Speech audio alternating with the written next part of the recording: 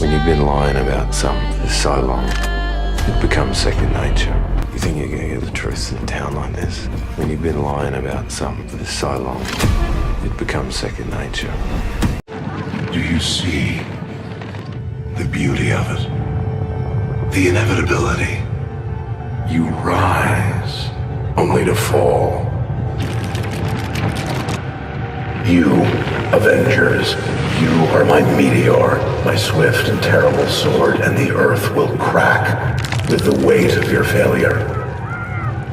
Purge me from your computers, turn my own flesh against me. It means nothing. When the dust settles, the only thing living in this world will be metal.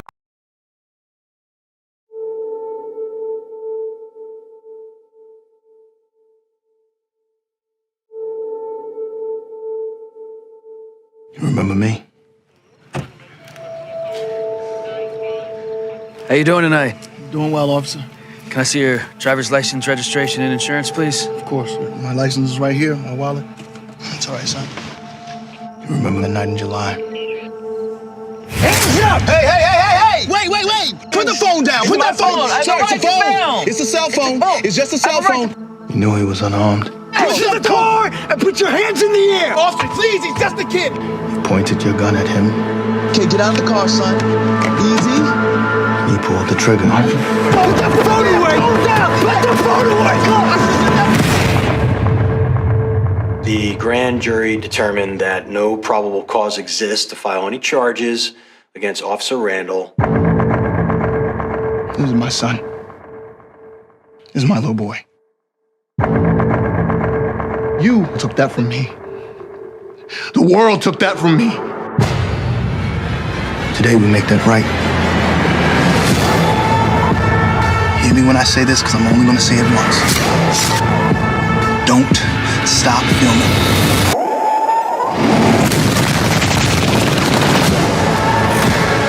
You should just give up now. Why are we the only people in this country that are expected to do things without violence? I didn't mean to kill your son! What you did. I did what I was trying to do! I just want justice. That's all I want. This is your jury. The deciders of your fate.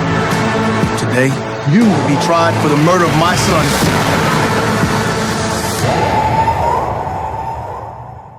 You scared? Are you afraid?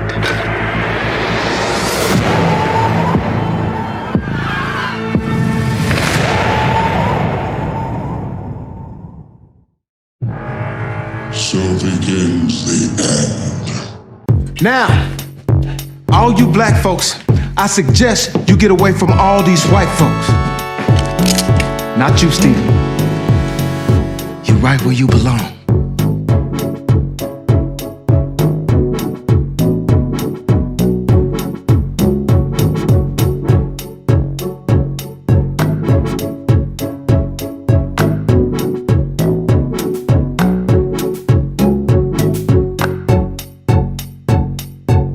So the reason why we're reading here is to show you how all those civilizations of black people, of Africans, because every civilization is an African civilization.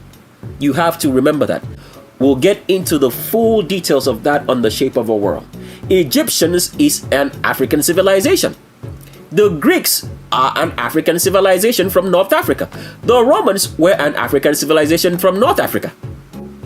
The only civilization that we are living now, which is technically not a civilization because we just can't get into details right now of what empire that we're living in until we get to Shape of the World, because we are not going to expose all that here, because the dummies and idiots need to get this information so they can go to the lake of fire as evidence, all right?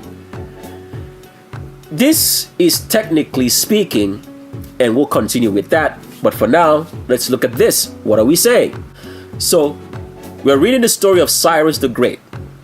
Cyrus was a king of the Persian Empire, which is also an African civilization, because a lot of people, when they hear the word Persia, they think it's in the Middle East. you have no idea. But we're not going to share that right here, right now. But let's read. Since you know Persia is Persia, that's fine. It says, Cyrus the Great built the first universal empire stretching from Greece to the Indus River. So, like we explained, the word Indus, the word Hindu, is the same as the word India. There's no difference. It's just because a H is added to here in the spelling of India and makes it Hindu. So whenever you hear the word Hindu, it means India. Hindu is the same word, all right? And we'll get into that later, but for now, just remember this.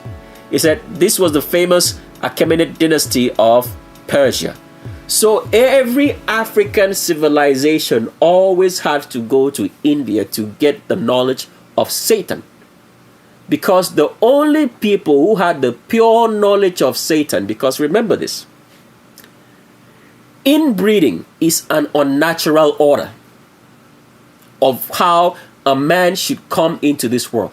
So when you hear the word bastard, now people will always make you believe that bastard means a person who does not know their father, all right? But that is not the original meaning of the word bastard. The original meaning of the word bastard means to be born of inbreeding, in which albinos, anybody with straight hair, are all born of. Because if a father impregnates his daughter, what do you call the child? Because that is unnatural order. A father is not supposed to impregnate his daughter. So the child born is a bastard. His origin is unknown. Okay? His origin cannot be ascertained. It's something of an abomination that was not supposed to happen. Abomination means these things must not happen because it is unnatural order. If a mother sleeps with his son and gets impregnated by his son, what do you call the child? There's no name for it. That is the meaning of the word bastard. If someone sleeps with an animal, okay, bestiality is an unnatural order. So this was the customs which was practiced by albinos, anybody with straight hair, in their origin story, which still goes on till today in India. That is why albinos, anybody with straight hair, are the dirtiest, smelling, stinkiest people, because their origin story includes what? Inbreeding, homosexuality, bestiality, rape, murder. This was their norm. So that is why when you go to India, it stinks and smells and people are still defecating on the street because they are all senile. And this is the origin of all albinos, anybody with straight hair in this world, which black people think, oh, I have the best, all right? Oh, I got me a white girl. I got me a white man. You've been stuck with the stinkiest smelling people in the world. Look at their origins. Go to India and see.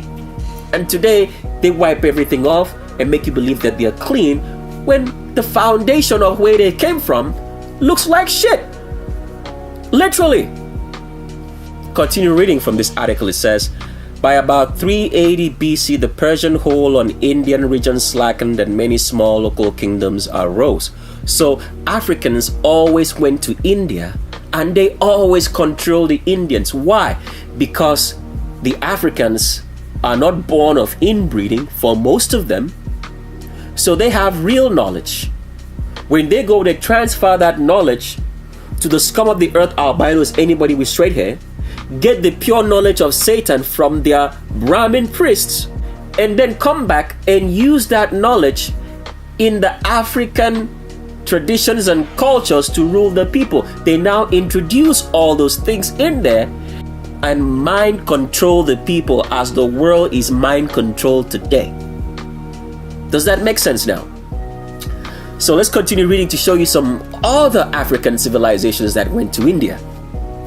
So in this particular portion, we want to show you how names, so the albinos, anybody with straight hair, have changed the names of all people, all right, in civilization, because you have to understand this. The Greeks never called themselves Greek. Can you believe that? And meanwhile, we are talking about people who lived and thinking that they call themselves Greeks. They never did.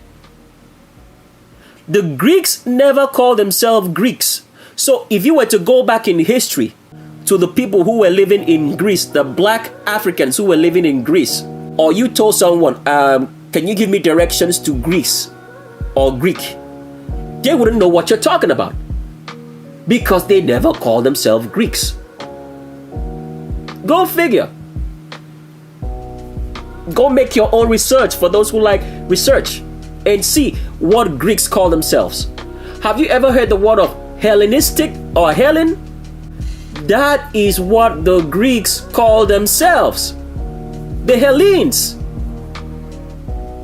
So when somebody calls themselves Helen today or Helena, what do you think they're saying? That is the name that the Greeks call themselves. And even the word Hellenes for the Greeks who call themselves Hellenes or Helea, alright,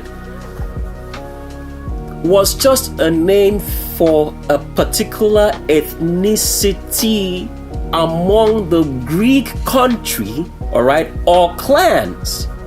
Not all of them identified themselves as Hellenes or Hellenes, if that's the right pronunciation. So, how do we best explain this? For example, if you went to a country such as Ghana, right? Ghana is a nation. A nation means a country that has very defined specific borders. The name Ghana, as identified by the people who live there, is just a name of the nation. It's not the name of the people. So you have to know the differences between this. Name of a nation is not the name of a people. Because if you spoke to a Ghanaian, really, he would tell you, okay, I am from so and so ethnicity in Ghana. So the same way the word Hellenes was not for everybody in the Greek nation. It was for a particular ethnicity inside the Greek nation. So the Greeks went by different names. So if you go back in history and say you're looking for a Greek man or show me one, they won't find him. So continue reading. He says, early allusion to the Greeks in India. I want you to pay attention to the words. Long before the arrival of Alexander the Great on India's northwestern border, there are references in early Indian literature calling the Greeks Yavanas. So if you never heard this word today, Yavanas for Greeks, you would have read so many literature books if it was written in old times in archaic English, which is not the English that we speak today, or in any other language, and you would not know it was talking about the Greeks.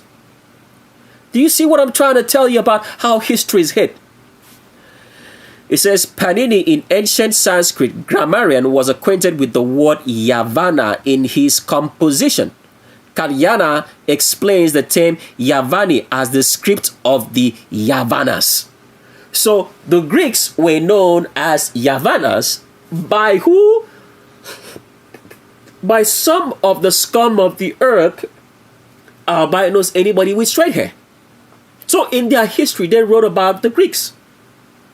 All right, so we just wanted to show you that every African civilization, and we already showed you earlier that the Romans also went to India, and the Roman Empire is a later empire after the Greeks.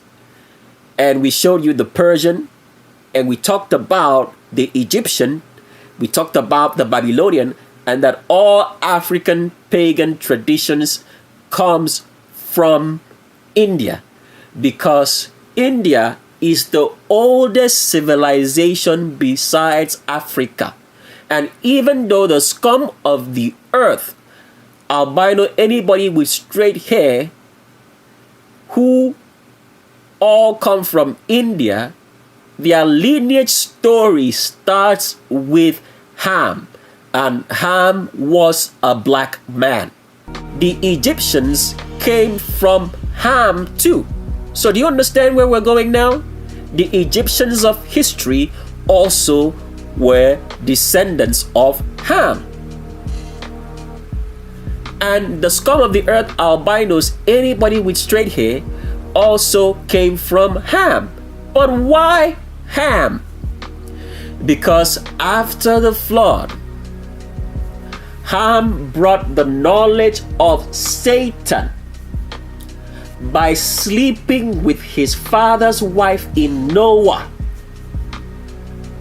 Because every time that you have to get the power of Satan, you have to break natural order. And Ham introduced that unnatural order by sleeping with his father's wife and bearing forth a child called Canaan. But from then, let's continue on, because you know where this is going now. So we've explained that there was always an exchange of Satanism for civilization between Africans who always went to India to get the knowledge of Satanism in exchange to civilize the scum of the earth albinos, anybody with straight hair whose origins are from India. And we're going to show you a lot more information about what the name India actually means later on. So for now, what you also have to understand is that we already explained that slavery never existed. The reason why we explained that slavery never existed is because when we are going to read the articles that we are going to read to you, you're going to see an insinuation of the word slavery. But once we have cleared out that legend to make you understand that slavery does not exist, then when we read the article, you'll read with understanding and understand what we're saying and what the article actually means. And also, we started by letting you understand that Ham, one of the sons of Noah, a black man, introduced Satanism into creation after the flood. Now, before the flood was a different kind of Satanism. It was the Satanism of man mixing with angels, right?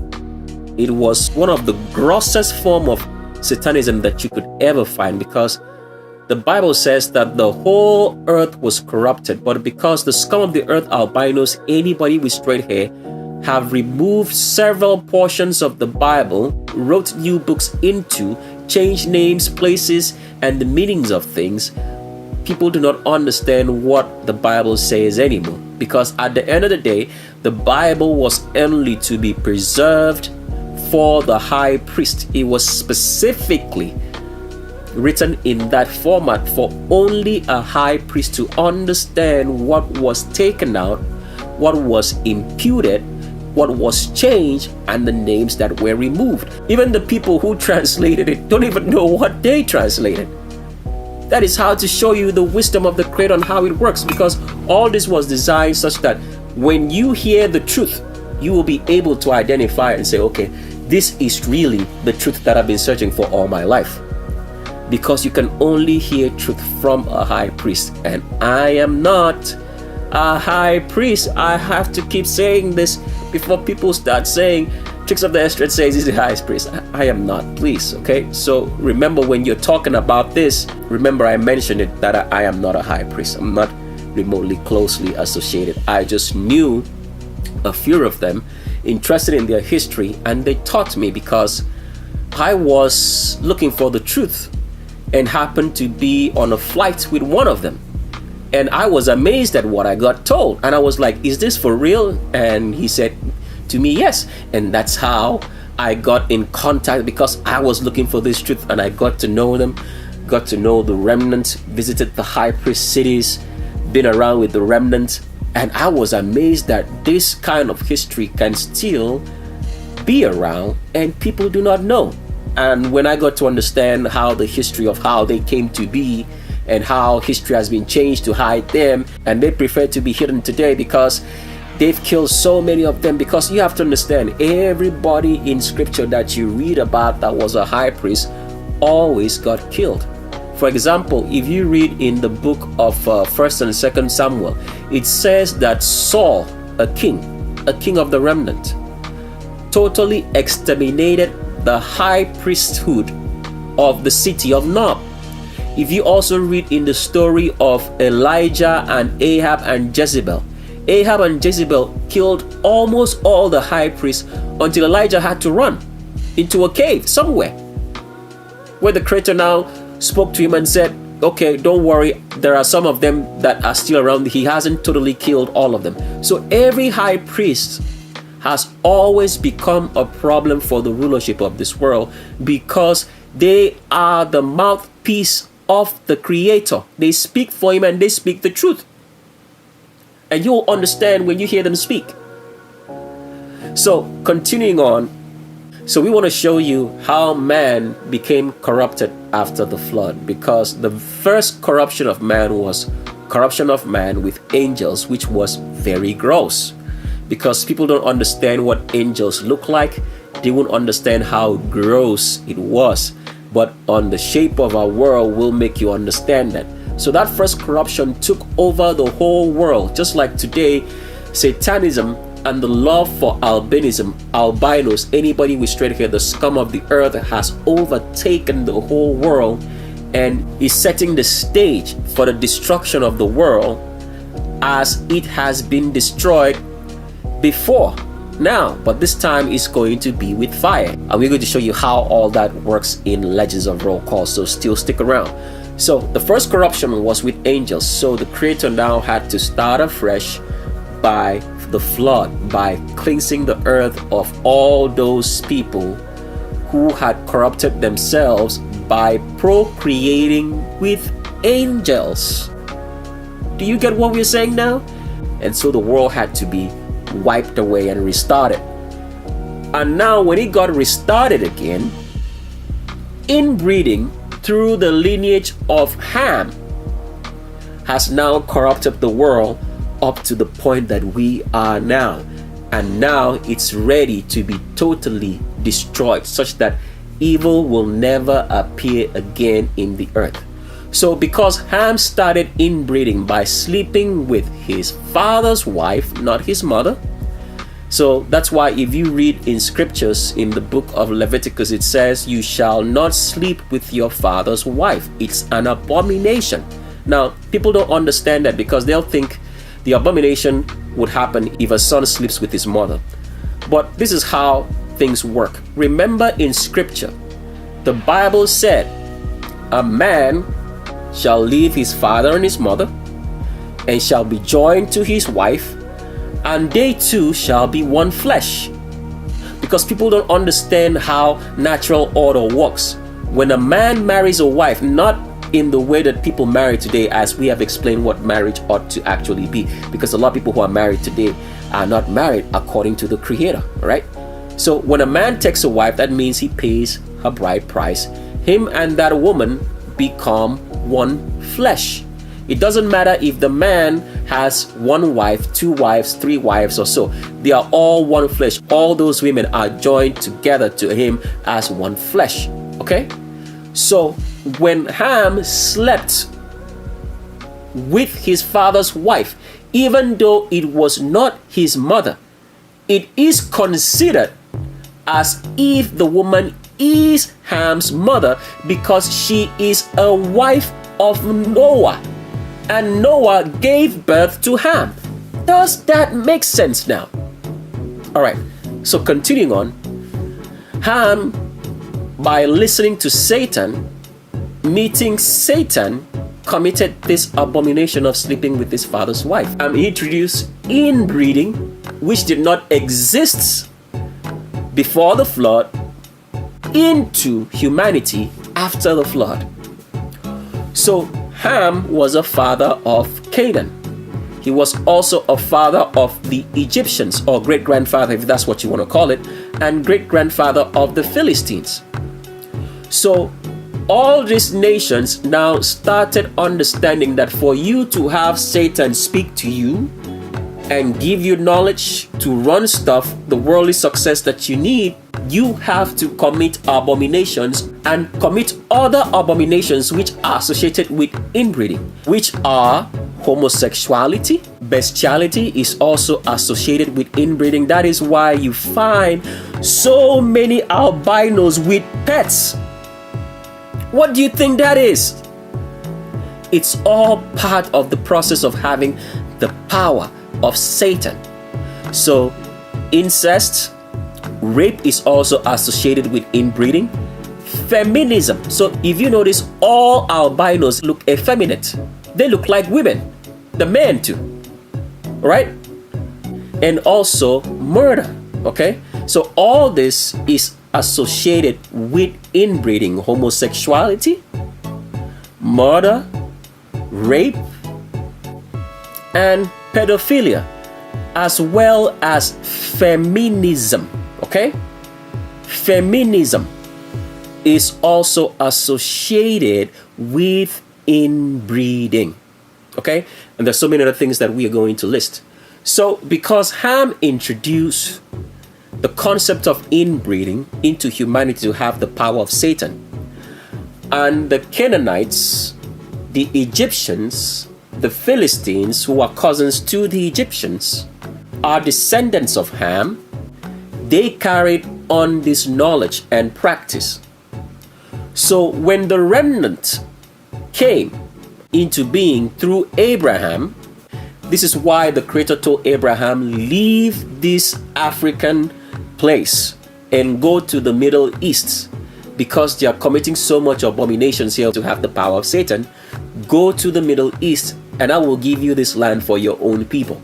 So Abraham did that, and then the remnants came into Egypt and became servants in servitude after their own royal lineages in Joseph died a couple of centuries after. So when this happened, and the Creator now removed the remnant from Egypt back into the Middle East, and He gave them commandments on their way down there. The very first commandment that the Creator said was, I am the Creator, you shall not inbreed, because inbreeding was in direct opposition to the Creator. So what happened was this: when the Creator gave the commandments, He spoke in length 10 commandments, all right, to the hearing of the remnant. But since the remnants could not hear, because they were not high priests and they were very scared, they only knew of the 10 major commandments. But the 10 commandments has an explanation of what it means. Let's now show you that in the book of Leviticus. So we're in the book of Leviticus chapter number 18, and we're reading from the Greek Septuagint Bible. So what I want you to notice is that this is the same construction of words that you find when the Creator tells and talks about the 10 commandments. But here is an expansion to make you understand that this was part of the first commandment, which said, I am your Creator, you shall not inbreed. All right? So, okay, let's just pull up that side by side so you guys see it, so it doesn't look like we're just talking. All right? So these are two scriptures to show you that Leviticus chapter number 18 in verse number 1 is the same as Exodus chapter number 20 when it starts talking about the commandments, because it starts in the exact same way.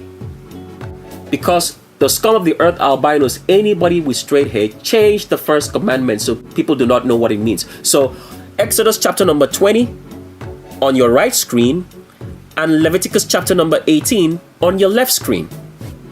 So we're going to read for you to see that it starts the same. So Exodus chapter number 20, which talks about the commandments, the 10 commandments, says, And the Lord spoke all these words, saying, I am the Lord thy God, who brought thee out of the land of Egypt, out of the house of bondage. Thou shalt have no other gods besides me. Do you see that? This is the reading right here. Exodus chapter 20 from verse 1. Now when you go over to Leviticus chapter number 18, which talks about inbreeding, all right? Because this was the first commandment. It starts exactly the same way, all right? It goes here to say, and the Lord spoke to Moses, saying, speak to the children of Israel, and thou shalt say to them, I, the Lord your God, you shall not do according to the devices of Egypt in which you dwelt. Do you see that? Same word in Exodus 20, same word in Leviticus chapter number 18, which talks about inbreeding. All right, so let's continue on now, since we've laid the foundation for you to understand what these people changed, the scum of the earth albino supremacists, to hide the fact that inbreeding was the first commandment that people should not do, because Ham, who was the father of the Egyptians, who became an Egyptian empire, and also the father of the Philistines and Canaan, practiced inbreeding to have the power of Satan. Does that make sense now? So let's continue on.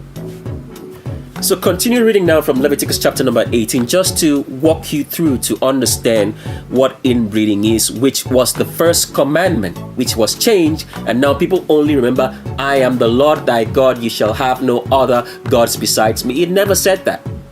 The very first commandment said, I am the creator, you shall not inbreed. And then the second one said, you shall have no other gods made after in the image of the Trinity, which we're going to share on the shape of our world. So continuing here, Leviticus chapter number 18, it says, and the Lord spoke to Moses, saying, speak to the children of Israel, and thou shalt say to them, I, the Lord your God, you shall not do according to the devices of Egypt which you dwell, and according to the devices of the land of Canaan, into which I bring you, you shall not do, and you shall not walk in their ordinances. You shall observe my judgments, and shall keep my ordinances, shall walk in them, I, the Lord your God. So you shall keep all my ordinances and all my judgments, and do them, and whichever man do them, he shall live in them, I, the Lord your God. No man shall draw near to any of his near kindred to uncover their nakedness. I, the Lord. So inbreeding means you shall not at any time procreate with direct members of your families, which includes you and your cousins in that nuclear family. That is what it says. Let's continue reading. It says, you shall not uncover the nakedness of thy father or the nakedness of thy mother, for she is thy mother. Thou shalt not uncover her nakedness. You shall not uncover her nakedness. You shall not sleep with your mother. This is what the scum of the earth albinos, anybody with straight hair who are now touted about as the greatest people in history, have been doing in India for donkey years before they were brought out there, and now they're acting all holy and mighty, preaching to you. So, do you understand why every word from the mouth of an albino is a lie? Because the foundation is based on what? The foundation is based on abominations, on Satanism. Therefore, whatsoever the foundation does, the house will also be built according to the foundation. So whatever is coming out from their mouth cannot be truth. Do you understand now? This is how things work. So it goes on to say, the nakedness of thy sister by thy father or by thy mother born at home or abroad, their nakedness thou shalt not uncover. So your father or your mother bear children by other people, but as long as they are related to you, that means have siblings, you shall not have sex with them and procreate and have children by them. It goes on to say, the nakedness of thy son's daughter or thy daughter's daughter, thy nakedness thou shalt not uncover, because it is thy nakedness. So as a father, you should not sleep with your son's daughter. Your son has a daughter, that means your granddaughter, you shall not sleep with them. It says, thou shalt not uncover the nakedness of the daughter of thy father's wife. Does that make sense? So your father has a wife and has children by another woman. You shall not sleep with any of those children, because they are still your siblings. Thou shalt not uncover the nakedness of thy father's sister, for she is near akin to thy father. That means you shall not sleep with your auntie.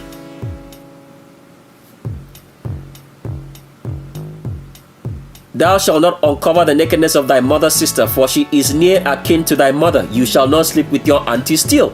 That means you shall not also sleep with your uncle. Thou shalt not uncover the nakedness of thy father's brother, and thou shalt not go into his wife, for she is thy relation. You shall not sleep with who now? Your father's brother's wife. Your in-laws.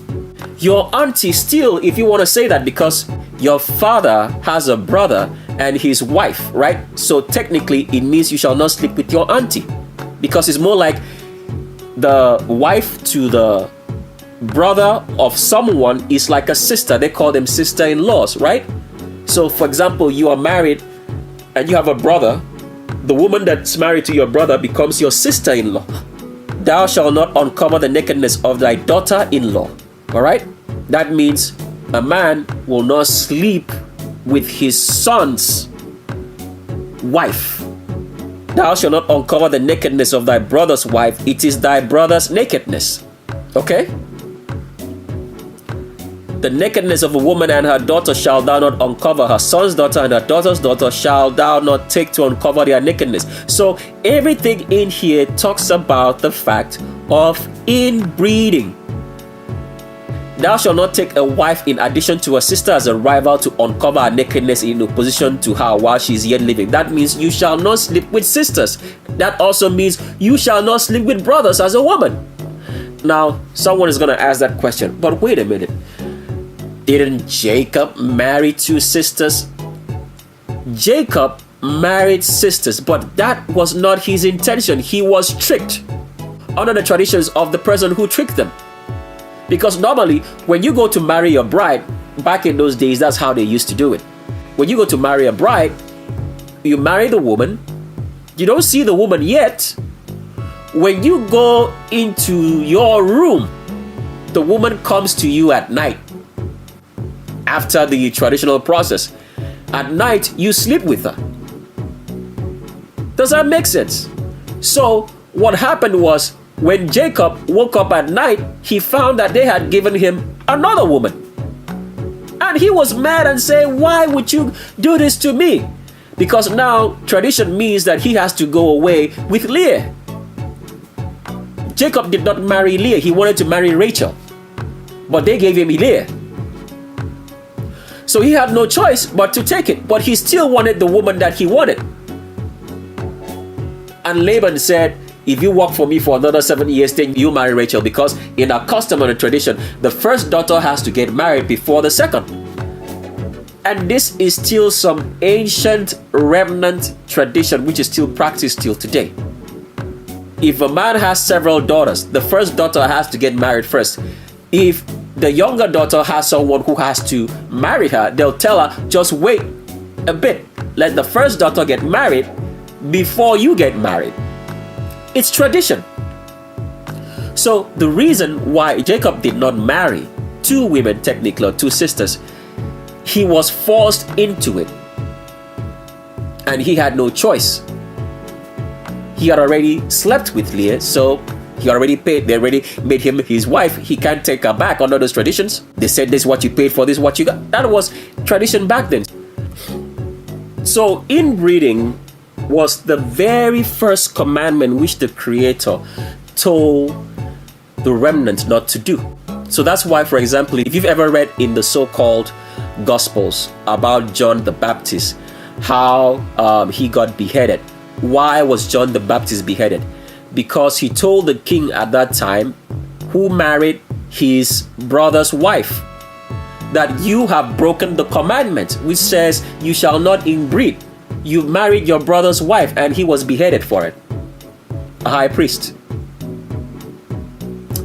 So let's continue on with our story now. So we tried to show you that every African civilization to seek the power of Satan, to seek the real knowledge, always went to the children of Satan, the scum of the earth, albinos, anybody with straight hair whose origin is from India. And we've explained and made you to understand that the first corruption of the earth was men sleeping with angels. And the world was destroyed for that corruption of men sleeping with angels, creating abominations. And after the flood, the new abomination was inbreeding as well as crossbreeding. All right. Now, crossbreeding is a mixing of species. So when people were sleeping with angels before the flood, that was crossbreeding, which was not supposed to happen. It's also an abomination. So today, crossbreeding would be a black person sleeping or procreating with an albino, anybody with straight hair. Because people do not understand history. They do not understand that the Miscegenation laws, which was created, and the Racial Integrity Act was actually based on the commandments of the Creator, that you shall not crossbreed yourself with an albino. They don't know that. But we're going to show you as we continue on. But for now, we want to make you understand that every African civilization of the kings always went to India to get a transfer of satanic knowledge, and then they would transfer civilization to the senile scum of the earth albinos, anybody with straight hair, whose origins are all from India. So the reason why you're looking at this screen right now is trying to show you that, because people do not know history.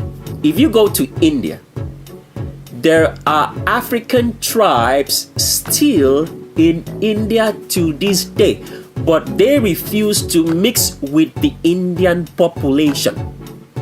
They are called Siddhi. Right here, Siddhi is a Hindu word, and we're going to explain what it means, all right?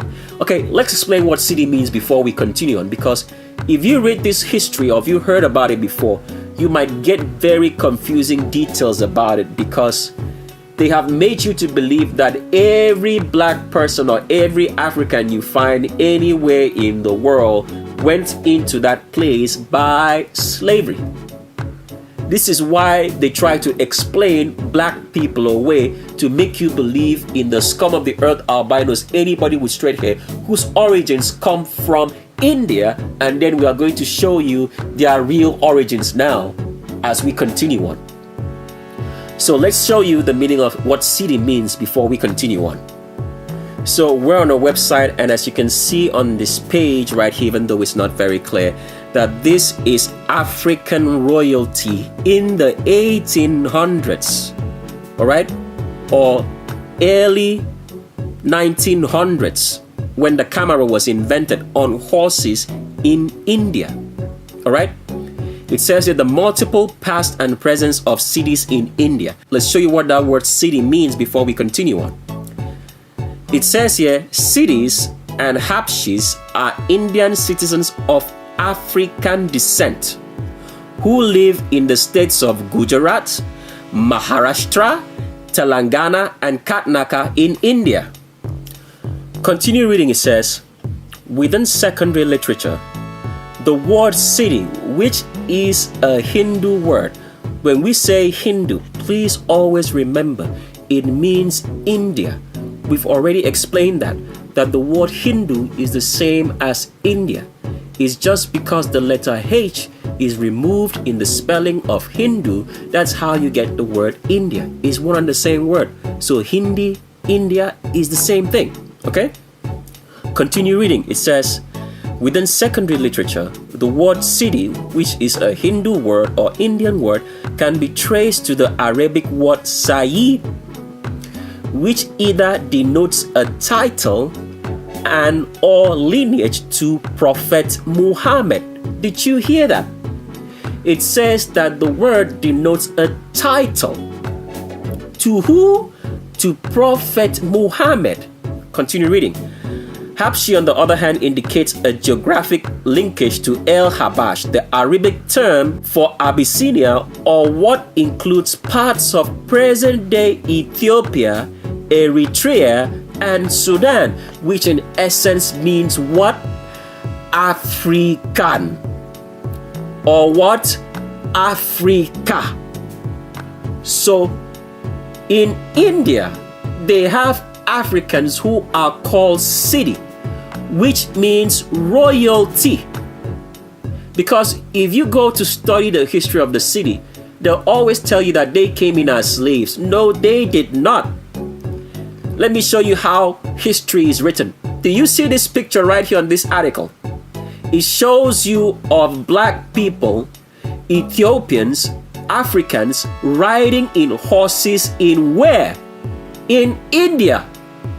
But if you read in the article, it will tell you that they came in as slaves. So do you understand how pictures paint 1,000 words? And once you now go read what you've been told, you forget what you see? Do you now see why people can look and see with their eyes, but forget what they see and believe what they are told? Do you see that now? Because if you read in this article further down, it's going to show you that the so-called city, in which it tells you that it means, the name city means royalty, all right? And royalty are kings. It tells you that they came in as slaves. And let's show you from this article so you see. So we're reading from the same article, so you see how they show you the picture, which is what people see every day. They see the dominance. That if a black person marries an albino, the children come out to be more black than albino. But yet they believe that white people, albinos, anybody with straight hair, the scum of the earth, are superior to black people. All right, let's read here. Because this same article that we just showed you the picture of Africans in horses in black and white in the late 1800s or early 1900s in India. Let's read now. It says, the problem of determining the proper terminology is only one aspect, because we're continuing from where we stopped. Remember, we read this part to you that says that city is a title, all right, that indicates royalty or lineage to Prophet Muhammad. Then further down here, just a couple more paragraphs down here, which he will also say that cities came as slaves. So I want you to see how people can forget what they see and rather remember what they are told. Mind control. It goes on to say here, the problem of determining the proper terminology is only one aspect of producing a nuanced understanding of these communities. Another problem which arises is their amalgamation into a people united by geographic, ethnic, and temporal origins. Most journalistic coverage, pay attention, most journalistic coverage today tends to reduce cities to a single hidden or forgotten tribe which arrived in India as part of the East African slave trade. So you see how they tell you what city actually means, but because it concerns black people, because the scum of the earth, albinos, anybody with straight hair, write all this stuff to control the majority of the black people of the world by making them to feel or think inferior of themselves, it always has to introduce slavery. Because once you read that, all of a sudden, everything that you have seen with your eyes, you forget about it and remember that black people are slavery. That is how mind control, witchcraft, sorcery works, by making you to forget what you see with your eyes and believe what you are told.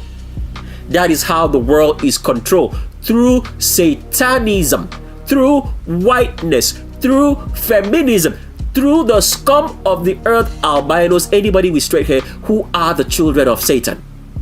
Let's continue now. So continue reading here. We want to show you how Africans went into India and civilized albinos, anybody with straight hair, and gave them the knowledge which now made them to become the Ottoman Empire. And when they got this knowledge, they now reversed the caste system. So let's explain the caste system before we continue on. The history of albinos starts with inbreeding, okay? But here is what happens. When black people consistently inbreed for 4 generations, the children come out having straight hair and pale skin. This is what happens. So since the origin of albinos, anybody with straight hair, started with black people inbreeding. When these children came out to be albino, anybody with straight hair. And now we're talking about ancient Indian history. Those children who came out with straight hair and pale skin were relegated to be lowest class citizens in the society, not fit for rulership. So you have to understand this, okay? This was what was going on in India. Blacks were on top, and albinos, anybody with straight hair who looked like all the albinos today, were at the bottom. But these blacks were always inbreeding, okay? So the population of albinos, anybody with straight hair, is on the increase in India because they are all inbreeding. They are sleeping with their siblings. Father is sleeping with his daughter. Mother is sleeping with son. They are sleeping with half siblings, uncle, aunties, nieces, nephews, cousins, and everything else in between. So they are getting more albinic people. And the blacks at the top are shrinking with time.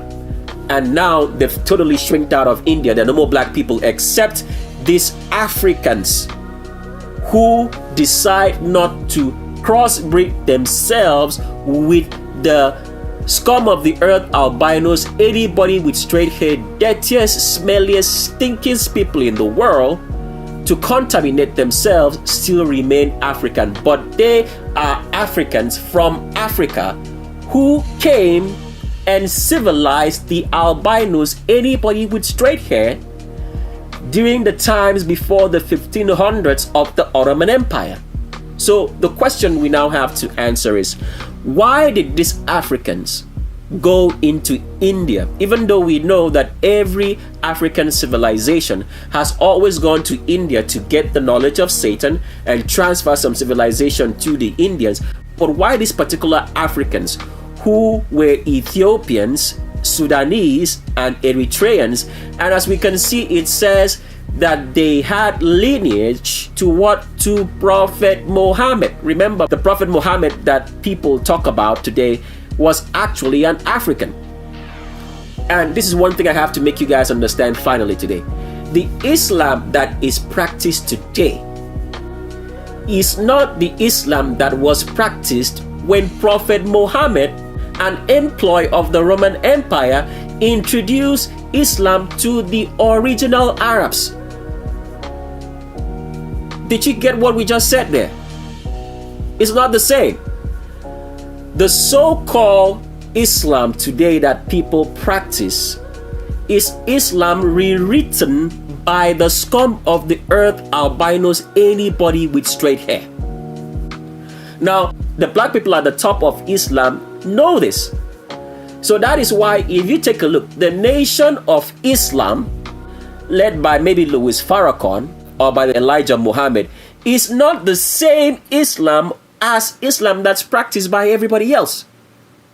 Because these black occult leaders who work for white supremacy know this truth. They know that.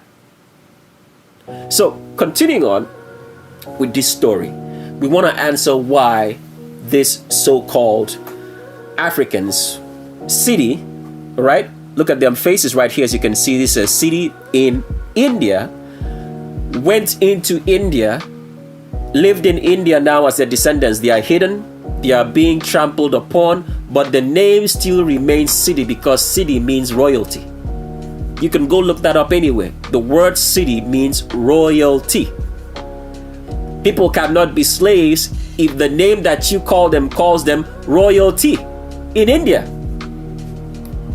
So we want to read from this article to show you that the word city means royalty because anybody who was linked to Prophet Muhammad was considered a royal, a king. So we're reading here from the previous article which explained what city means and at the same time tried to say that it also meant they were slaves. It says here, the movement of Africans to India took place over a long period of time and has created multiple communities. Therefore, not all cities and Habshis are genealogically linked to elites or royal personalities, because the very word city means royalty. So I want you to see how these people twist words, okay? They call them royalty. The very name city means royalty in Hindu, in the language of India. Let's continue on. So you can get on your search engine and just type in city and see what you find. I just wanted to show you their faces first before we continue on with the story. As you can see right here, these are black African women. And when we read through this article, you will see that they are definitely black, as we have explained before, all from Africa. All right. So, but the question is, how did all of them get to India? We got to answer that question, because people don't understand the shape of our world. They won't understand how so many Africans got to India. How did they go? Right? So reading here before we continue to explain how the Africans got to India and lived there and have property there and are part of the Indian nation but not the people. Let's just read a little bit of this for you to hear yourselves. With an estimated population of over 20,000, cities are descendants of the Bantu tribe from East Africa, all right? East Africa. However, their settlement in India is largely contested. That's bullshit lies. And there are two broad theories, some more lies. Some say they were brought as slaves by the Portuguese during 7th century. How can they be slaves when you call them city, royalty? You see how they twist of words? They already told you the truth. Now they're telling you lies. But let's continue on. While others say they traveled to India as independent merchants and sellers. So that's the truth. They tell you the lie first, then they tell you the truth. So they always want you to believe that every African you see anywhere came in as slaves if they've been around there for so many years, right? Let's continue reading. Having lived in India for centuries. Oh, they lived in India for centuries. People from the city community represent an amalgamation of Indian culture and African heritage. Clad in sari and bindi, the city women still perform a dance form that originates from primitive African dance form. They speak in the local Konkani dialect but still struggle to be acknowledged as Indian citizens due to local prejudice based on their physical features. We're going to get into that later on. Already you know that albinos, anybody with straight hair, hate black people. So this should not be anything new, as we have read to you. So like we explained, the hate starts from the fact that when black people, the ancient black Indians, all right, whose history goes further back before that, which we'll get into later, when they were inbreeding, every time these children got born, after 4 generations, they came out as white, pale skin, straight hair, no strength, not fit for anything. So they were reduced to being nothing in society, just like as albinos, anybody with straight hair now look down on black people. Back in those ancient times, it was the reverse. Black people looked down on albinos. And were they wrong to do that? No, they are not, because they are the scum of the earth, very, very weak, have no strength, children of Satan, and are only lying. That is the obvious truth. Lie about everything. So that is what happened. But something happened, because every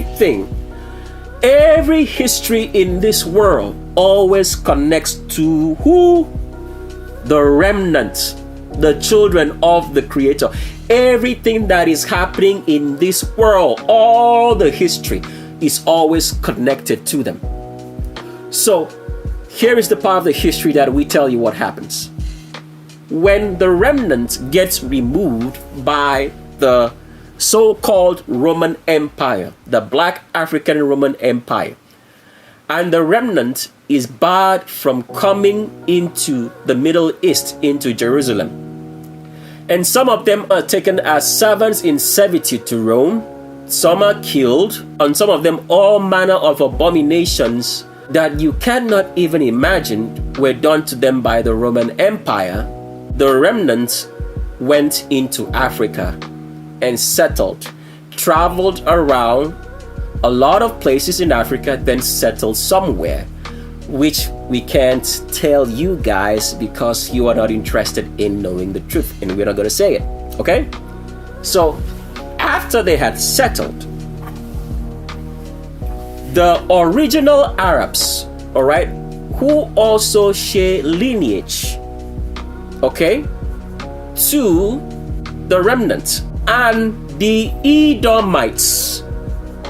Now, here is where we start making that distinction. You have a lot of Hebrew Israelites going around calling the so-called albinos, anybody with straight hair, scum of the earth, Edomites. I want you to change that word, because the scum of the earth, albinos, anybody with straight hair, are not Edomites. It is insulting to be called by a name that you are not. So please change that, because the scum of the earth, albinos, anybody with straight hair, are not the Edomites that the Hebrew Israelites talk about, who don't know anything. So continuing on with the story, after the Romans removed the remnant and barred them from coming into the Middle East, the original Arabs and the Edomites become a threat to the Roman Empire. So the Roman Empire decides to do what? Decides to invent Islam, the original Islamic teaching.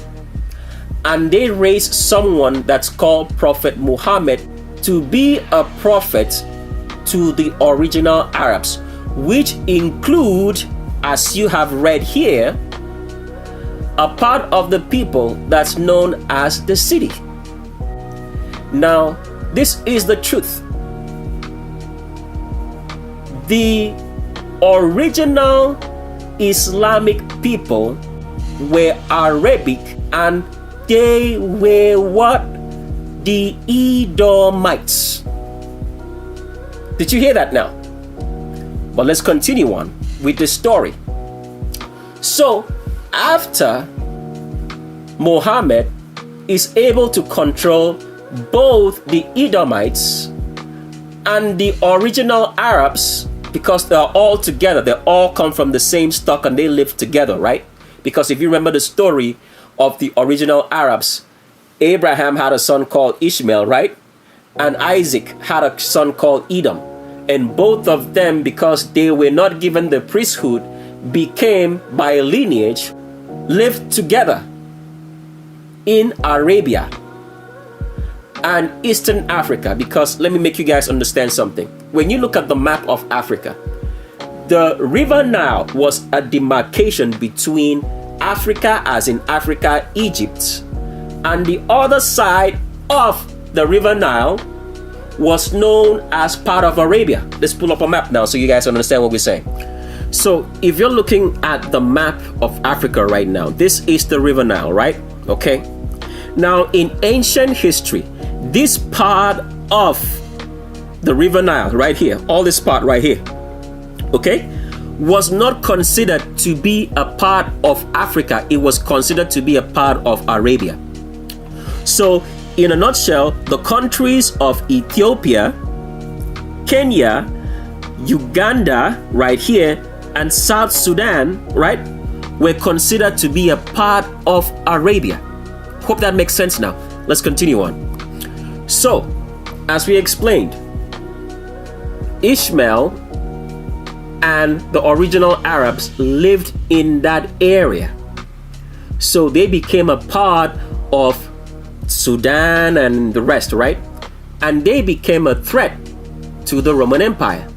So the Romans invented the religion of Islam to control them and installed Prophet Muhammad to do so, who was what? An Edomite. So even though the Edomites and the original Arabs in Ishmael lived together, all right, they all considered them to be Arabians. So those were the original Arabs. So continuing on, after the Romans have raised Prophet Muhammad dies, and there is now a conflict of who should lead the Islamic surge of control. The original Arabs at this point in history decide to remove themselves, okay, from continuing under the leadership of the Edomites, who have the lineage of Muhammad. So they remove themselves. Okay? And when they remove themselves, they still continue to fight the Roman Empire. And the Roman Empire needs help. Okay? So the Roman Empire needs help to fight the original Arabs. So what do? They send their Edomites, all right, the lineage of Prophet Muhammad, into Asia to help raise an army. And who do these Edomites find and help to raise an army to continue to fight their other Arab brethren who are from Ishmael against the Romans? Who do they find? They find Genghis Khan. Do you understand the history now? They find Genghis Khan. So that is how, if you notice, in Asia you now have Islam. Does that make sense? So after they find Genghis Khan, the Romans can't control Genghis Khan after he helps them to remove the original Arabs who are not Edomites from the Middle East. They can't control Genghis Khan. So they need another army to help remove Genghis Khan. So who do they send again to raise an army and help? They send the cities, all right, who historically are Edomites mixed with other Africans, into where? Into India. To the scum of the earth albinos, to civilize and train them so that an army can be raised to help them remove Genghis Khan, which the Roman Empire could not control. Does this story now make sense? And let's show you that before we continue on.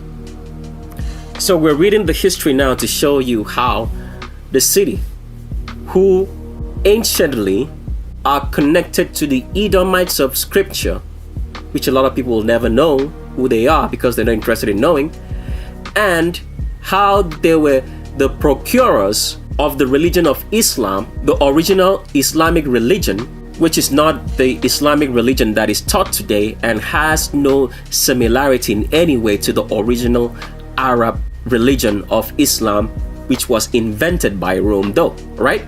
So continuing on now, let's explain what happened and how the cities were used to create and foster armies. The splinter group of the cities from the lineage of Muhammad was used by the Romans to create other armies that would help them against the original Arabs, which were becoming a much more greater force, not united by the religion of Islam. We won't get into that history right now. We can share it on the Shape of Our World. But continue on, let's read here. It says, there are conflicting hypotheses on the origin of the name city. One theory that the word derives from Sahibi, an Arabic term of respect in North Africa, similar to the word Sahib in modern India and Pakistan. So do you see where the origin of the word city is from? It's from this word here, Sahib, which is pronounced CD. Okay, same word. Okay. All right, let's continue. It says, a second theory is that the term city is derived from the title borne by the captains of the Arab vessels that first brought city settlers to India. These captains were known as Said. Similarly, another term for cities, Habshi, is held to be derived from the common name for the captains of the northeastern African Abyssinian. Abyssinian there means Ethiopian, all right? Ethiopia, Sudan, that's just what it means. Ships that also first delivered city slaves to the subcontinent. Bullshit. All right, let's continue reading. Cities are also sometimes referred to as Afro-Indians. Cities, now this is the part that I want you to pay attention, all right? Cities were referred to as Zanji. Pay attention. Zanji by Arabs in China. Did you hear that? So the cities went into China, all right, and created Genghis Khan because some of these cities still bear the name Khan. That is why, if you notice, a lot of ancient Chinese dressing looks Arabic because they first had the Arab religion before the scum of the earth albinos, anybody with straight hair, brought Buddhism or Buddhism to them, which is Hinduism. Okay, let's continue reading. It says, various transcriptions of this Arabic word were used, including Sinchi. I don't know how to pronounce it right, but you've probably seen this a couple of times in so many places in books and history. You heard this name, Sinchi and Jingxi, or Jingzi, if that's the way it's pronounced in Mandarin, which I do not know.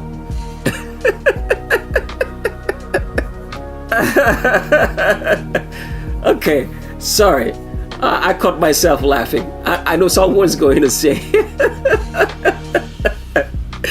we know Tricks of the S trade is Oriental. But let's continue on, okay? Okay, continue reading. I had to calm myself because everybody else is breaking into a laugh around me. So let's continue reading now. It says, the first cities are thought to have arrived in India in 628 AD at the Baruch port. So 628 AD, right? That's how many years? That's about almost, let's say, 1,000 years before the so-called albinos, anybody with straight hair, came out of India in the Ottoman Empire in the 1500s, right? Okay, let's continue reading. I just want you to know that timeline is false. And you guys don't want to know the original timeline of the world. But for now, let's continue on. Continue reading. It says, several others followed with the first Arab Islamic conquest of the subcontinent in 712 AD. So Africans conquered Asia. Sidi, another name that you can call them, Edomites. All right? But they are no longer around there. That's the funny thing. Where did they go? We'll continue with this story at some other time, but for now, we just want you to see the picture right here of Ikhlas Khan, African Prime Minister of Bijapur, because we want you to see that the name Khan came from the cities which was given to Genghis Khan, an Oriental, to help create an Oriental army to help the Romans to remove the original Arabs. And this is how Africans went into the continent of India and trained the scum of the earth Indians to create an army that will help to remove Genghis Khan. And this is how the scum of the earth albinos, anybody with straight hair, were given the knowledge. They were given the knowledge of civilization from Africans until today. The continent or the country of India, the continent of Satan, the country of Satan, of the scum of the earth, children of Satan, still cannot be civilized. They still defecate in the streets. They are filthy and dirty because of inbreeding. And they are the people whom everybody today worships and think, oh, they are so clean, they know how to do everything, when they do not know how to clean their own butts still, and still defecate on the streets in India, in albinos, anybody with straight hair, the scum of the earth. This is what you've married and kept in your house as a black man, and say proud you have what? You have a white woman. You married an Indian. Shame on you. Shame on you for hating yourself, hating your blackness, hating the black woman which the Creator gave you, and you chose a dirty, smelling, stinking Indian, a scum of the earth albino, anybody with straight hair, whose origin is from India, to be your wife. You hated yourself so much to do that, and thought that you were sitting on top of the world. All right, let's continue now with Legends of Roll Call. So the history of the scum of the earth albinos, anybody with straight hair, who look down on black people, who are wicked and evil, and have brought upon us the end of the world, because the Creator said that nobody should procreate with an albino, anybody with straight hair. He said so. And some did. So, what we want to show you now is the history of the scum of the earth albinos, anybody with straight hair, who owe all their knowledge to Africans who brought that knowledge of civilization to them, and helped to create the Ottoman Empire, which was now used to remove Genghis Khan, who the Romans could not control. And after the scum of the earth, albinos, anybody with straight hair, whose origins are from India in the Ottoman Empire, removed Genghis Khan, they now overtook the Roman Empire. Per se, we could say they overtook them, right?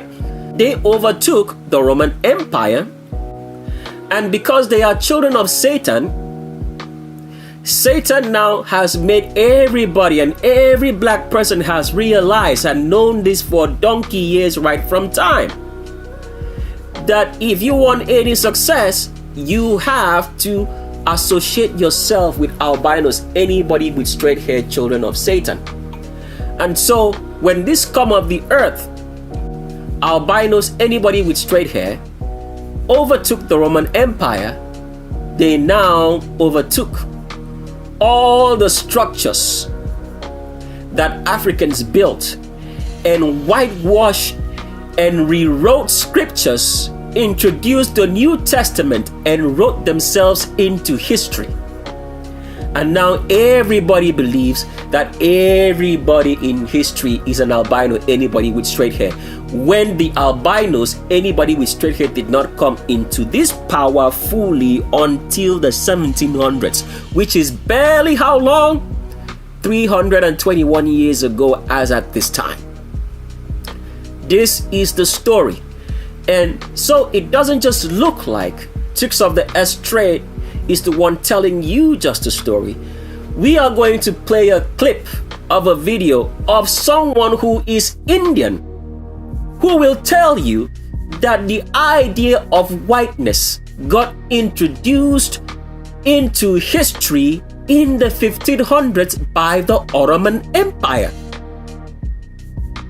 In the reverse of the caste system. So you have to understand this.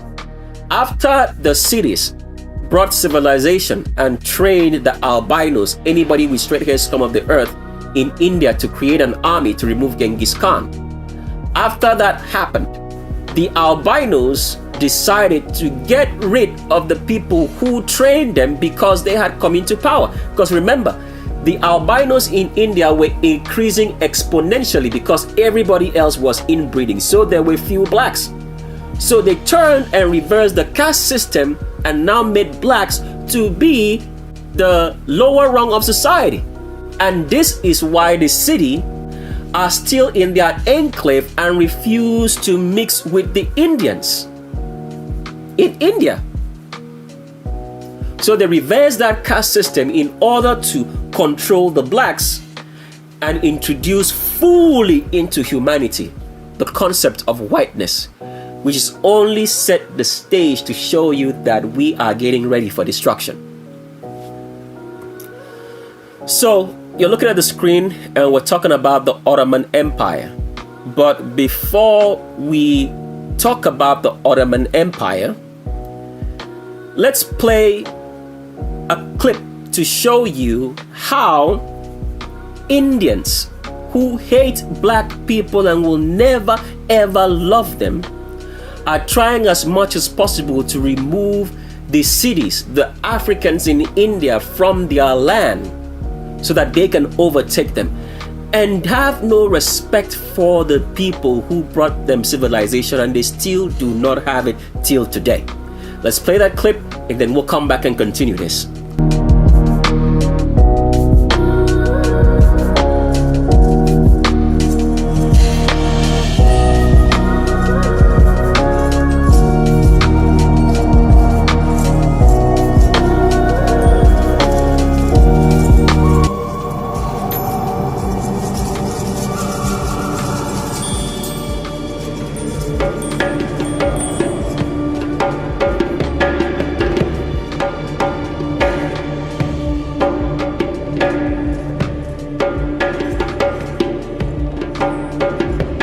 ಐದುನೂರು ವರ್ಷಗಳ ಹಿಂದೆ ನಮ್ಮನ್ನು ಆಫ್ರಿಕಾದಿಂದ ಭಾರತಕ್ಕೆ ಕರೆತರಲಾಯಿತು.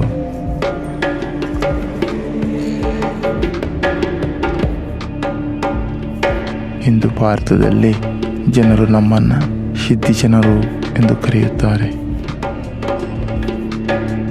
ಸಿದ್ಧಿ ಎಂದರೆ ಪ್ರಬುದ್ಧವಾದದ್ದು.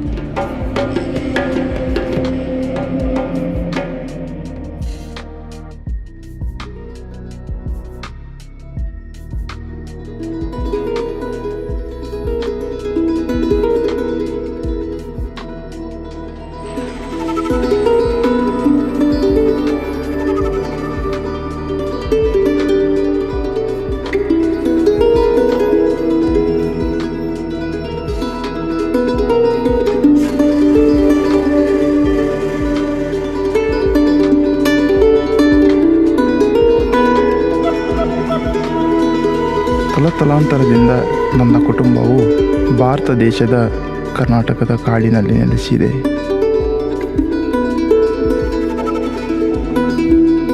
ಈ ಕಾಡು ನಾವು ತಿಳಿದಿರುವ ಜೀವನ.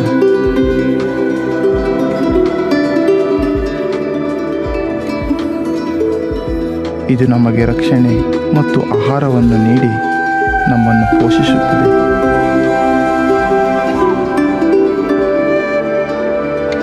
ಕರ್ನಾಟಕದ ಬಹುತೇಕ ಹಳ್ಳಿಗಳಲ್ಲಿ ವಾಸಿಸುತ್ತಿದ್ದೇವೆ. ಬ್ರಿಟಿಷರು ಭಾರತವನ್ನು 1947ರವರೆಗೆ ಆಳಿದ್ದರಿಂದ ಸಿದ್ಧಿಗಳು ಕಾಡಿನಿಂದ ಹೊರಗೆ ಬಂದು ವಾಸಿಸಲು ಬಯಸಲಿಲ್ಲ.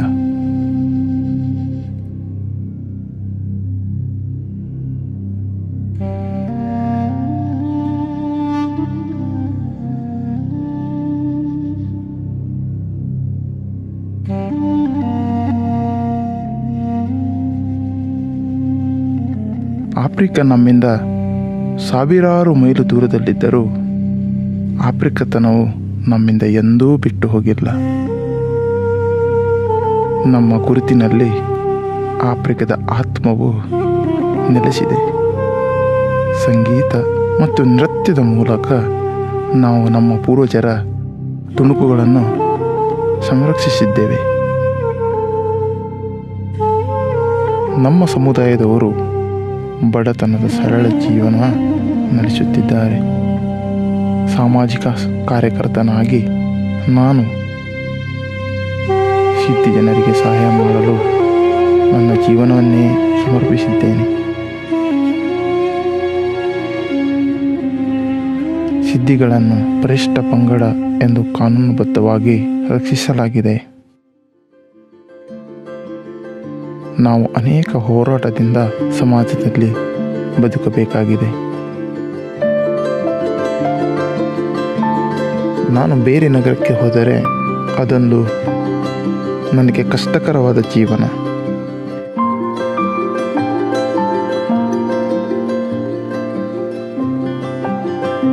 ನನ್ನ ಬಗ್ಗೆ ಇತರ ಜನರು ಏನು ಹೇಳುತ್ತಿದ್ದಾರೆಂಬುದು ನಾನು ಅರ್ಥ ಮಾಡಿಕೊಳ್ಳಬಲ್ಲೆ.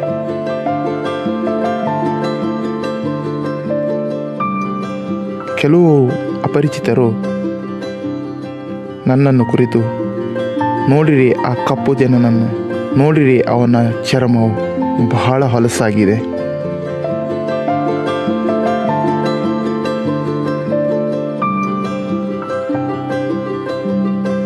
ನೋಡಿರಿ ಅವನ ಕೂದಲು ಸುಟ್ಟು ಹೋಗಿದೆ. ಅವರು ನನಗೆ ಏನೂ ತಿಳಿದಿಲ್ಲ ಎಂದು ಭಾವಿಸುತ್ತಾರೆ. ಆದರೆ ನಾನು ಎಲ್ಲವನ್ನೂ ತಿಳಿದಿರುತ್ತೇನೆ. ಇದು ನನ್ನನ್ನು ತುಂಬ ಏಕಾಂಗಿತನಕ್ಕೆ ತಳ್ಳುತ್ತಿದೆ.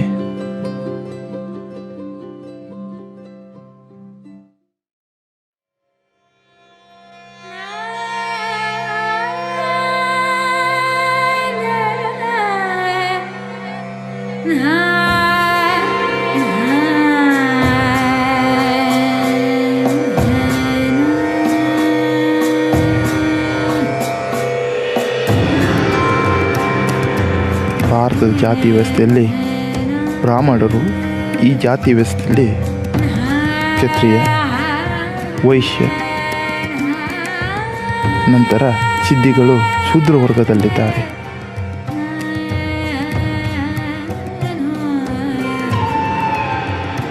ಭಾರತದ ಜಾತಿ ವ್ಯವಸ್ಥೆಯು ಅಷ್ಟು ಪ್ರಬಲವಾಗಿದೆ. ಇದು ಭಾರತೀಯ ಜೀವನದ ಎಲ್ಲ ಅಂಶಗಳನ್ನು ನೇಯ್ದಿದೆ.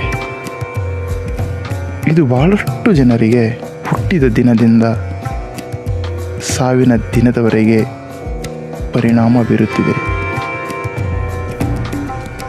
ನಾವು ನನ್ನ ಹಳ್ಳಿಯ ಸುತ್ತಮುತ್ತಲಿನ ಕಾಡಿನಲ್ಲಿ ವಾಸಿಸಿ ಅಲೆಯುವಾಗ ಬ್ರಾಹ್ಮಣರ ಪ್ರಭಾವಕ್ಕೆ ಒಳಗಾಗಿ ನಾವು ಹಿಂದೂ ಧರ್ಮಕ್ಕೆ ಪರಿವರ್ತಿಸಿದ್ದೇವೆ.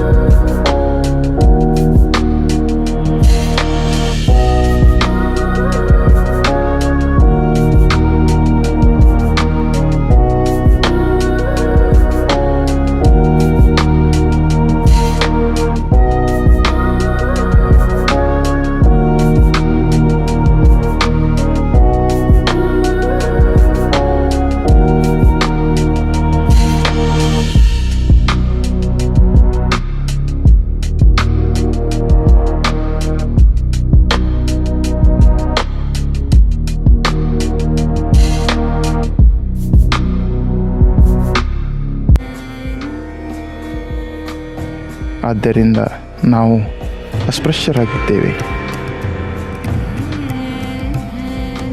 ಹಿಂದೂ ಧರ್ಮದಲ್ಲಿ ಜನರು ಅಸ್ಪೃಶ್ಯರಿಂದ ಮುಟ್ಟಿಸಿಕೊಂಡರೆ ಅವರು ಶಾಪಗ್ರಸ್ತರಾಗಿರ್ತಾರೆ ಎಂದು ಜನರು ನಂಬುತ್ತಾರೆ. ಅಸ್ಪೃಶ್ಯರನ್ನು ಕೊನೆಯ ವರ್ಗದ ನಾಗರಿಕರು ಎಂದು ಪರಿಗಣಿಸಲಾಗುತ್ತದೆ. ಆದರೆ ಇದು ಆಯ್ಕೆ ಅಲ್ಲ.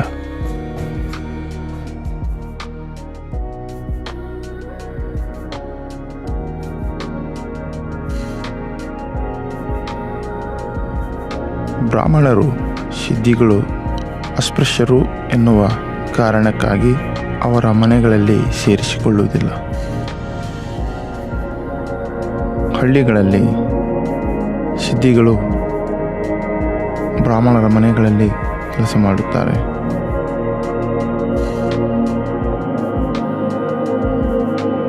ಅವರು ನಮಗೆ ಆಹಾರವನ್ನು ಕೊಟ್ಟರು ಅವರ ಮನೆಯೊಳಗೆ ನಾವು ನಿಜವಾದ ಪಾತ್ರೆಯನ್ನು ಬಳಸುವಂತಿಲ್ಲ.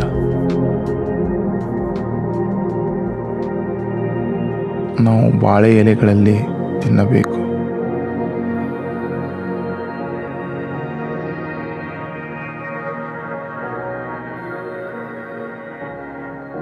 ನಾವು ಹೊರಗಡೆ ತಿನ್ನಬೇಕು.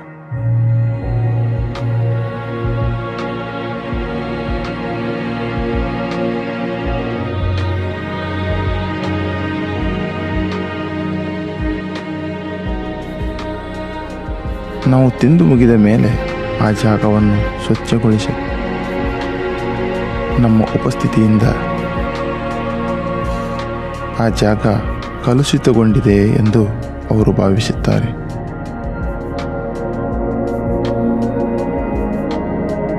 ನಾವು ಅವರ ಪ್ರಾಣಕ್ಕಿಂತ ಕನಿಷ್ಠ ಎಂದು ಅವರು ಪರಿಗಣಿಸುತ್ತಾರೆ.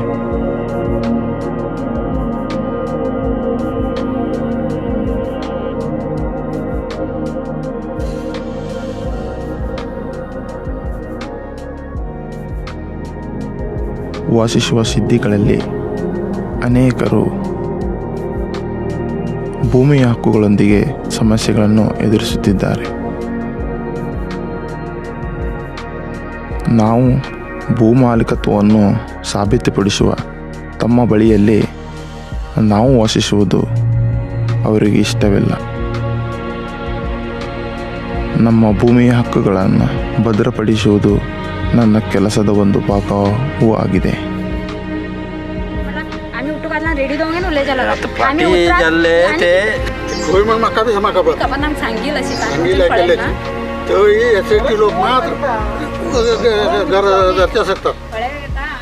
इतलंच माका आणि हा लपड्या करून आणि कोणाच्या हा तू गेल्या बी झकड्या का येईना नाही बाहेर काही तर GPS ಹಿಂಗ ಬಾहेर जाऊ देत ना एक कोणतरी अಯ್ಯೋ ಪಾಪ ನಮ್ಮಲ್ಲೇ ಇದ್ದವರು ಇರಲಿ म्हणून सांगतले ಹೊರತು ना हाकाचे तर आमच्या लाखातले एरिया तरी आम्ही कोण घेताले नाही आता येता आता ते पार्टी जाल्ले कसले करून घेतले कसले जेवण मान घेतले की ते आता घेणू पे ना आता तेणी करून दिला ते हाती मेळना कोणतरी अयो बापा ನಮ್ಮಲ್ಲಿ ಇದ್ದವರು ಇರಲಿ म्हणून सांगतले ಹೊರತು आणि हे सोडून दुसऱ्याकडे गेला ह्या वार्गिन ಬಂದು ಇಲ್ಲಿ ಏನು ಮಾಡ್ತಾನೆ म्हणजे जीपीएस केला बी जीवन करतात ना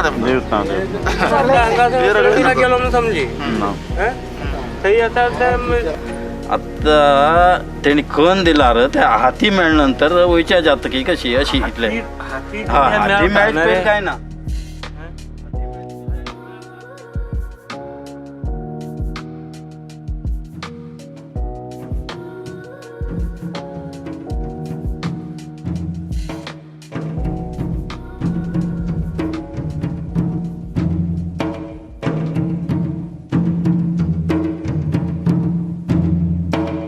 ಜಗತ್ತಿನಲ್ಲಿ ಜನರು ಯುವಜನರು ಮನುಷ್ಯರಕ್ಕಿಂತ ಕಡಿಮೆ ಎಂದು ಭಾವಿಸಿದಾಗ ನೀವು ಹೇಗೆ ಅಧಿಕಾರ ನೀಡುತ್ತೀರಿ?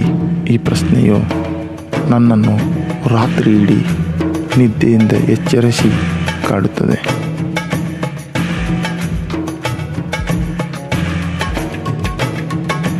ನಾನೊಬ್ಬ ಕಪ್ಪು. So you heard there. You saw it right there. Caught on camera. The racism that goes on with the very people that they call royalty. The descendants who refuse to mix with the abominations but decided to be a community of their own. After what? The reverse of the caste system and the Ottoman Empire taking over Asia and also taking over Orientals who have now become albino as the scum of the earth, albinos, anybody with straight hair who reside in India. So continuing on now, let's show you what the meaning of Ottoman means so you can definitely understand that it does mean India. So as we read here, it says the Ottoman Empire, Ottoman Turkish, it writes it in Arabic. I don't know how to read or spell Arabic or this over there. But I want to click on the meaning of Ottoman Turkish for you to understand what it means, because it's one of the same word, because it says the Ottoman Empire, then gives the word here Ottoman Turkish, okay? That means it's talking about Ottoman, all right? Ottoman Turkish. It says Ottoman Turkish, writes in Arabic, Lisan Osmani, Turkish, Osmanli Turkish, was the standardized register of the Turkish language used in the Ottoman Empire. Pay attention. 14th to 20th century CE. See that timeline right there? 14th means 15th century, because this is the time that the Ottoman Empire, the scum of the earth, albinos, anybody with straight hair, came into power and changed everything. Continue reading. It says, it borrowed extensively in all aspects from Arabic and Persian. Now, we already told you earlier that Persian today had no association with anywhere in Iran and Iraq. This is a new terminology. Persian has always been African. But since we're trying to get a message to you, let us see what they tell us what Persian means in our own understanding today, all right? Because Persian is associated with Iran and Iraq, right? Let's go read up. So reading the Persian language, since we made you understand that Ottoman, as they tell us, means Ottoman Turkish, the language, right? The Ottoman Turkish language is associated with Iran and Iraq because Iran and Iraq is known as Persia today, all right? Let's continue. It says Persian, also known by its endonym Farsi. So Persian and Farsi is one and the same language. The real word for that language, because it is an Indian language, should be Farsi.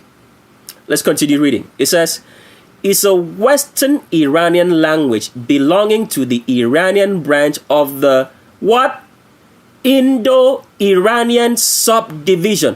What does Indo mean? Indo is the same word as India. Did you see that?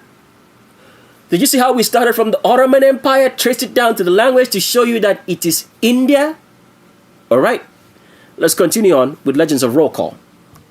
So we've arrived at the section of the video in which you probably have heard us say this repeatedly, and it might provoke some emotion, might provoke some anger, might provoke maybe any kind of hatred or feeling towards the message, because people think, especially for those who love their albinos, anybody with straight hair, scum of the earth, think that it's insulting the way we present this information. Well, you should ask the albinos what they have done. All that we have showed you, isn't it insulting to humanity that the only time that you're getting mad is because we are calling them by their name? If someone calls you a nigger, it means black. If you call me a nigger and I am black, I am not going to get offended. Nigger is just the word for black. If I call you an albino, anybody with straight hair, are you not an albino? Am I calling you anything out of order? So there's no need for people to get unnecessarily offended about the truth. Deal with it. So this is the part of the video that we finally make you understand and see why we call albinos the scum of the earth, children of Satan. It is with very specific reasons that we use those words. We are not just saying it out of saying it just to provoke anybody. It is the literal truth. Do you know why? Because people have not come to understand this. India is the only country in the world named after Satan. Someone's going to say, huh? Really? Yes. The very meaning of the word India, okay, means Satan.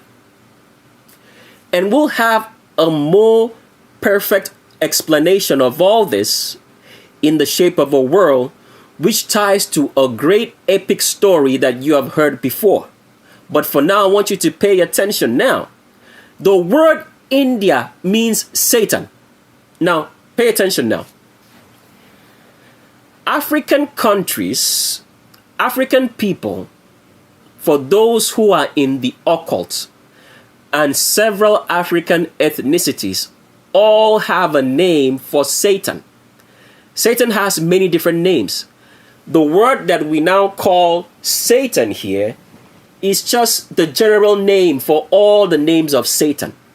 So far, if you've been here listening on Legends of Roll Call, we've tried to make you understand that the name Jesus means Satan.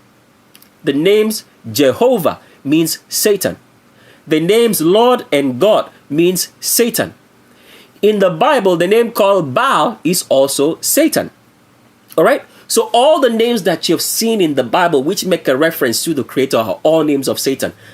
The scum of the earth, albinos, anybody with straight hair, changed all those names to the worship of their own Creator, which they have always worshipped right from time, which is Satan. And that name is India. India means Satan. It is the only country in the world that bears credence to the fact that it named their country after Satan. Now, Europeans have different names for Satan in any of the European mythologies. You've probably heard of Zeus. Zeus is the name for Satan. You've heard of Jupiter is the name for Satan. You've heard of maybe all the Roman or Greek mythologies. All the different names for the deities that you have there are the names for Satan. Okay? When we say Satan here, we are talking about Satan as in Satan himself. Oh goodness. I know someone's going to say, what is he saying? Is it real? Yes, that's what we're saying. So Satan has so many different names in so many different ethnicities. And like we have explained, the name Zeus, the name Jupiter, the names Mars is all names for Satan. Saturn, name for Satan. Mercury, name for Satan. Because every ethnicity had its own form of calling upon the name of Satan in their own language. So continue reading here. We want to show you the origin of the word India for you to know that it means Satan, and that the scum of the earth, albinos, anybody with straight hair, are the only people in the world that named their country after Satan. Other African ethnicities worship Satan in their own pagan religions, but they never named their country to the name of Satan. It's only the scum of the earth albinos, anybody with straight hair, because their origin is from Satan. And we're getting into that now as we start with revealing what the name India means, which means Satan. So, the name India is gotten from the word Indus, all right? So you're probably looking at the screen and saying, what does that mean? As you can see right here, it says Indra, right? But we're trying to make you understand the meaning of the name India. India comes from the word Indus. Now, what does Indus mean? Because you've probably heard of it before, Indus Valley, which is in a part of India. Why did they name them Indus? So, Hindu is the same as saying Hindi, Hindu, or India. It's one and the same name. All right? Pronounced differently, but it all means Satan. Now, in India, all the Hindu religions know Satan through the name of Indus. They pronounce it differently. Maybe they can say Indra or the rest. We'll get into that later. But for now, we just want you to pay attention, right? So the very meaning of the word India means Satan. And let's read something in here. So you're looking at the meaning of the word Indra. As you can see, it's a masculine name. That means Satan is a man. It says Hinduism, Indian, Hindi, Nepali, because it's one and the same word. See that? All this word here means the same thing. Remember what we told you, when you take out H, all right, from Hinduism, what do you have? You have India, I-N-D, I-N-D, all right? Hindi is the same word. So reading here, it says, meaning and history of Indra means possessing drops of rain, from Sanskrit, which just means Indu, okay? From Sanskrit. Means possessing drops of rain from Sanskrit. Sanskrit is the script of writing Hindu language. Okay? So remember that. It says Indu, meaning a drop, and Ra, meaning acquiring, possessing. So you've probably heard of the name Ra before in Egyptian mythology, but you didn't quite know, right, that Ra is also a part of what? Indian mythology, because Ra is Satan. All right?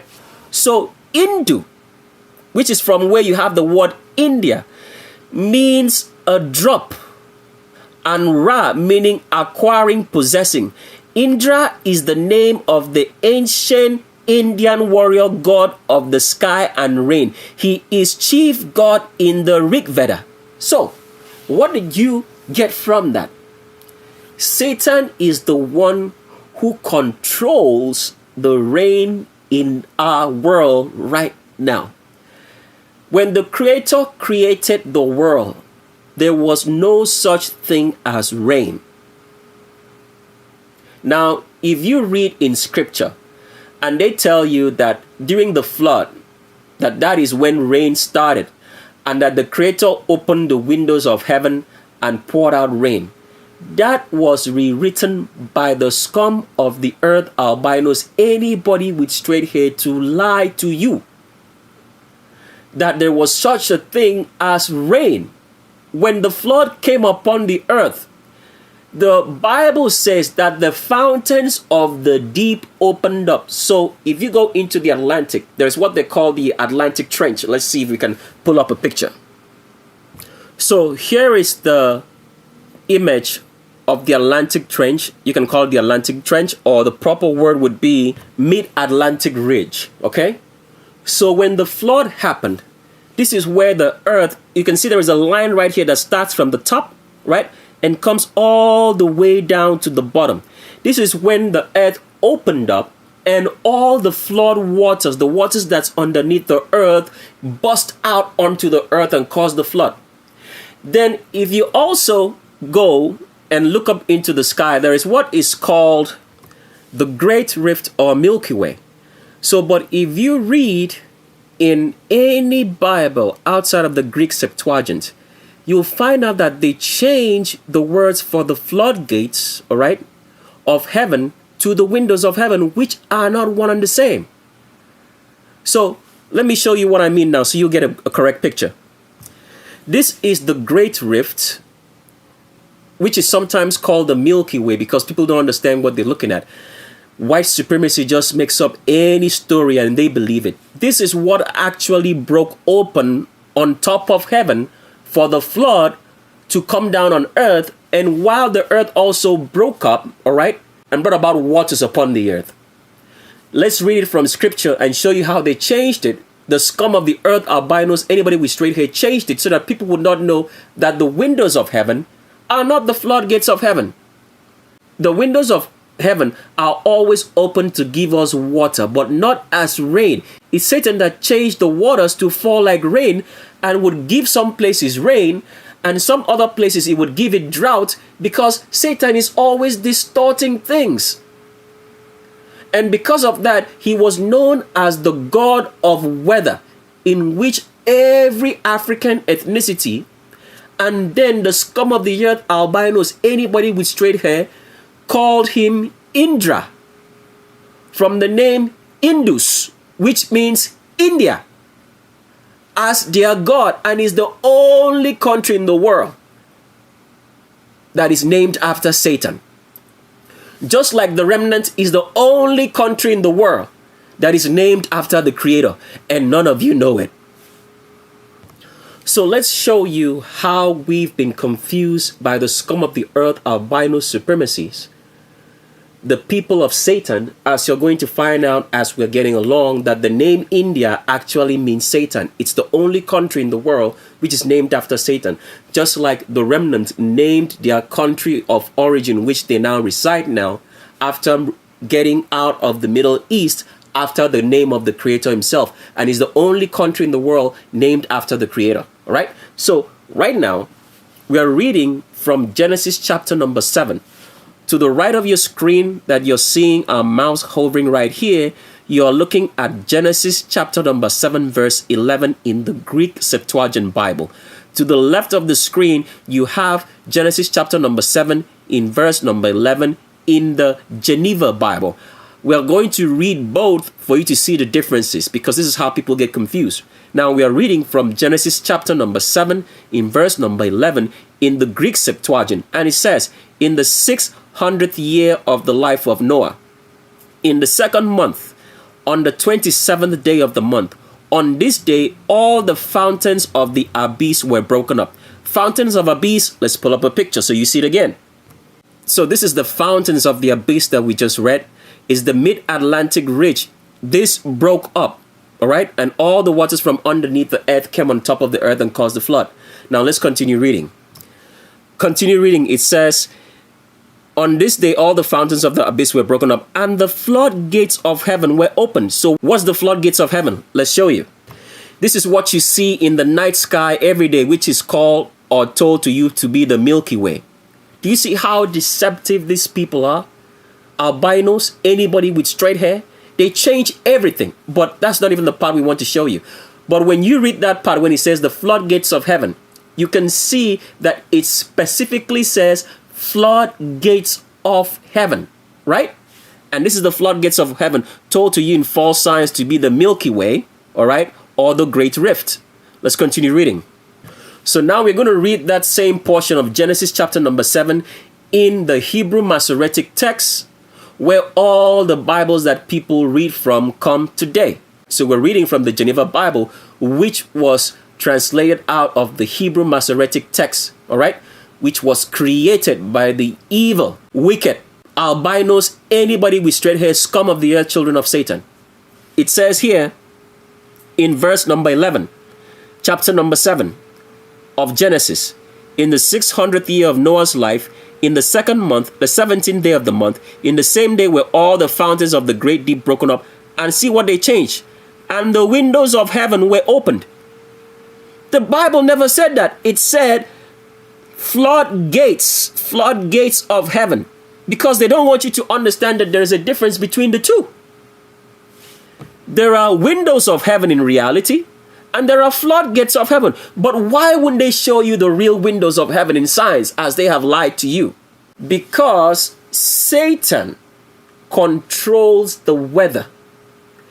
Everything about the weather that we see today, besides the sun and the moon and the stars rising, all the global warming, so on and so forth, is controlled and run by Satan. So, the people who were into Satanism, who worship Satan, the Gentile nations, all of them had a name for Satan because Satan was the one they would pray to have rain if there was no rain.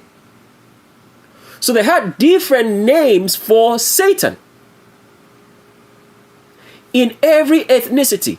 But the only people who named their country after the name of Satan in Indra, which they knew, are the albinos, anybody with straight hair, scum of the earth, because they are the children of Satan.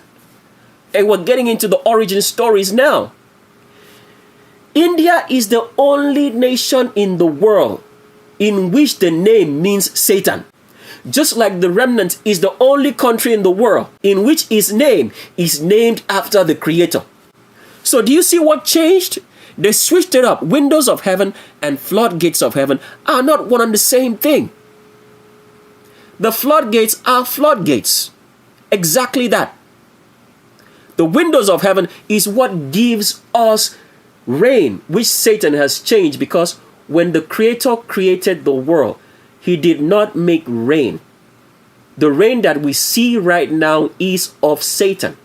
Everything about the weather, the storms, the snow, the hurricane, the earthquakes, right? The volcanoes, the mudslides, the tsunamis are all caused by Satan. That is why they call it acts of Satan, in which people call acts of God. It's got nothing to do with the Creator. And the change of weather, Satan is changing the weather for a very specific reason, which we are going to get into later on Legends of Roll Call. But for now, let's continue to show you that India means Satan. So since you've understood that Satan is the one controlling the weather and everything around us, and the wicked albinos, anybody with straight hair know this. So all the lies of global warming, they know that Satan is the one doing all this, but they want to blame humanity for it. Because Satan is trying to cover up something which we are going to expose later on Legends of Roll Call. So keep on listening. All right? We'll get to that part later. So here you have to understand now that the word India is from Hindu. Hindu means a drop, and Ra meaning acquiring, possessing, because Satan was the one known to control weather. All right? So he was known as the one possessing rain. And Satan came in many different names by different ethnicities all over the world who prayed to him to give them rain, because Satan controls the weather. You see that storm, you see the lightning, that is all Satan. Okay? All right, let's continue reading now to show you some other stuff. So we copied this from a website on, we're not going to show you the link of the website. When you get our Bible, if you get to that point that we esteem that you should have the Bible, when you get it, then you have all this information. Before you can get the Bible, you also have to have the book, the DVDs, and the Shape of a World before you can get the Bible. Okay? So now we are reading to show you how the name India, because it's from Indra right here that you have the name India, because Indra comes from the name Indus, which is the same thing as saying Hindu. India, all one and the same name, the name of Satan. So as we read right here, it says Indra, right? Let's blow this up as much as we can. It said Indra, Sanskrit. Remember, Sanskrit is the ancient script for writing Hindu, all right?